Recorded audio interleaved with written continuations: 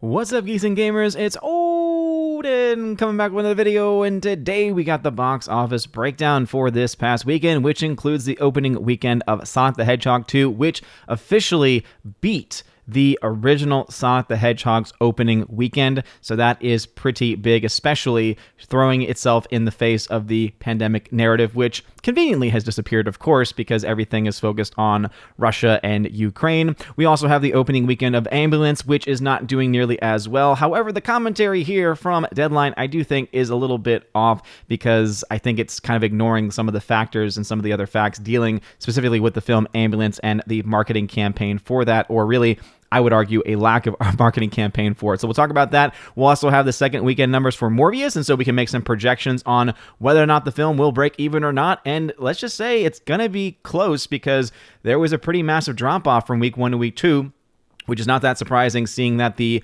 word of mouth for that film has not been very good, whereas the word of mouth for Sonic the Hedgehog 2, even though I personally was not a fan, has been very positive, which makes a lot of sense as to why it is doing as well as it is. So before we end going any further, though, into these numbers, please make sure you smash that like button, light up that fire button if you're watching us over on Odyssey, and also make sure that you are subscribed to the channel with that bell notification turned on. That way you know every time in a video or live stream goes live on the channel. So as you can see from this headline, Sonic the Hedgehog 2 beats weekend opening of first movie with $71 million domestically. What Ambulance Misfire means for action picks today. So that's the commentary, is they're trying to say action movies aren't selling tickets anymore, and I just don't think that that's really valid, especially when you have to take into account the marketing or lack of marketing of certain films. Also, the lack of, or rather, the fact that star power does not have the same impact that it once had, which is why marketing campaigns need to be very effective and need to be wide-ranging and need to be, wide-ranging in their efforts, going through different mediums, going through different ways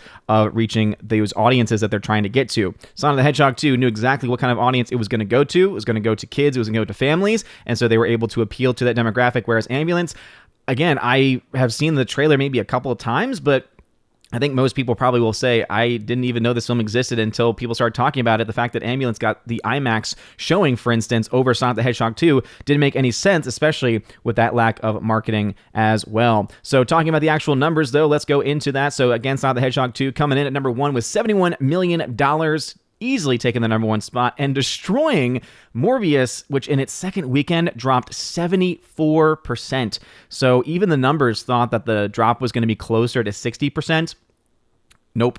It was a lot higher than that. So 74% of a drop. I will not be surprised if Sony starts pulling this movie from theaters a lot more quickly than expected, because 10.2 versus 71 million, even though it's a second weekend going up against a first weekend movie, that is very, very bad. So it's not surprising typically for, I would argue, a big budget film, a film that has a very strong, successful opening weekend, but Morbius's opening weekend came in under projections, and so having this type of a drop-off after that is really, really bad, especially when it is technically out at more theaters than even Sonic the Hedgehog 2 currently is. And so even though this is the case and it's dropping off like a rock domestically and internationally, because it costs so little to make in comparison to a lot of the other bigger budget films, it actually still has a pretty good chance of hitting its break-even point, even though currently it's at $57 million domestically. The Lost City came in at number 3 with $9.1 million, a 38% drop, which isn't terrible, but this also did not have a strong opening weekend. And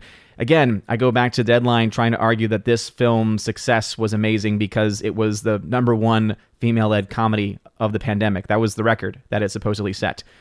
Yes, that's how far they had to dig to try and save this movie. And I've heard actually pretty good things about it, but they were trying to turn it into, just like the media always does, they were trying to turn it into an identity politics story, which apparently the film is not, at least according to people who have seen it. Coming at number 4 is a newer film, $8.7 million for the film Ambulance, which, again, not very good, not very strong. However, the film's $40 million budget means the film does not need to make nearly as much money. I plan to go see this film this week, and so I will get back to y'all on this on my channel, OMB Reviews. So I'll have a review up on Monday evening, probably after I come out of the theater. I'm going to go see this film in IMAX, since I want to see why this film got the IMAX slot. I imagine it's because Michael Bay, who's the director of the film, and producer, worked out some deal of exclusivity with IMAX for that week, for the opening weekend, and that's probably the reason why. It's definitely not monetary, because 8.7 versus $71 million, huge discrepancy there. By the way, that $71 million for Sonic the Hedgehog blows away many of the projections that were coming out for that film. Rounding out the top 5 is The Batman, which is still making some money, $6.5 million, but it is pretty much even out at this point, and as I mentioned in previous videos, I think that's going to cap out probably somewhere around $800 million, with its ceiling being somewhere around $850 million, especially with competition now coming from Sonic the Hedgehog 2 and other films that are expected to come out over the next couple of weeks. Everything Everywhere All at Once opened in more theaters, and so technically, I guess you could say that it's its opening weekend, its wide opening weekend, which is why it's up 462%, but that's because it added 1,212 theaters, making its total 1,250. So it was in no theaters really for the first 2 weeks of its release. Don't quite understand exactly what the mindset was there, if they were trying to build a word-of-mouth campaign or whatever, but $6 million there is a decent showing, but the budget for the film is not nearly as low as it would need to be for it to be in a safe position, with only having $8.4 million after being out for 3 weeks, and with a lot of films set to come out. I don't know. It's going to be a little crowded for that A24 release. Uncharted dropped to the number 7 spot, making $2.6 million, a 28% drop. Looks like they are starting to pull this from theaters, and it's made pretty much as much money as it's going to make at this point, but with $50 million net gain profit. I imagine that Sony is pretty happy with that, as they are also happy with Spider-Man No Way Home, which comes out on physical media this week, which is why you're seeing this one being pulled from theaters as well. And again, they've already made so much net gain profits from this film, it's not all that surprising. However, I am very sad because it doesn't look like it's going to be able to reach the $1.9 billion that I thought it was going to be able to, because of the fact that, again, it's coming out on physical media, so why would anyone want to see it in a theater when they can own it for themselves for a somewhat similar price? And then you have X and Sing 2 dropping out as well, but again, these are also films that have been out, at least in the case of Sing 2, has been out for a while, whereas X has just not been doing much of anything at the box office, and so these two films will probably be out of theaters pretty soon. Sonic the Hedgehog 2's worldwide opening was $141 million, so a very impressive number there. Well on its way to breaking even. It's already only at a $50 million loss after one weekend, so I would say probably by next weekend. If not by next weekend, then by the third weekend, it will have hit its break-even point. So the question is, how much profit will it make? And will it be able to make more than what the end total of the first Sonic the Hedgehog film did? I think it will. Not because it's a better film necessarily, but because it's already doing so much better in the opening weekend. And if that number persists, and if it has a similar drop-off in week 1 to week 2, if it's able to keep up and be able to fend off the competition that's set to come its way, then it'll be in a pretty good position. Morbius, $126.3 million worldwide, just, again, dropping off like a rock in all markets, really, which is not that surprising. It's really not that good of a film.